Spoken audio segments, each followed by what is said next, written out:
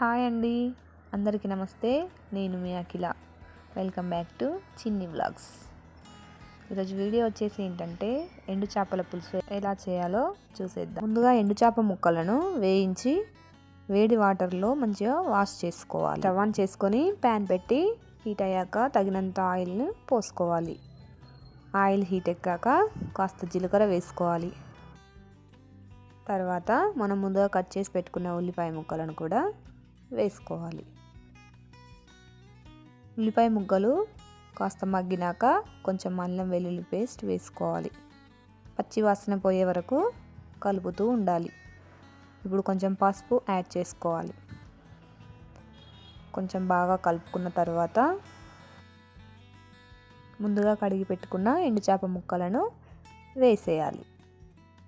ఎండు చేప ముక్కలను కాసేపు గోలనివ్వాలి. తర్వాత రుచికి సరిపడ కారంను యాడ్ చేసుకోవాలి. ఇప్పుడు రుచికి సరిపడ ఉప్పును కూడా యాడ్ చేసుకోవాలి. బాగా కలుపుకొని ఒక 2 నిమిషాల పాటు మగ్గనివ్వాలి.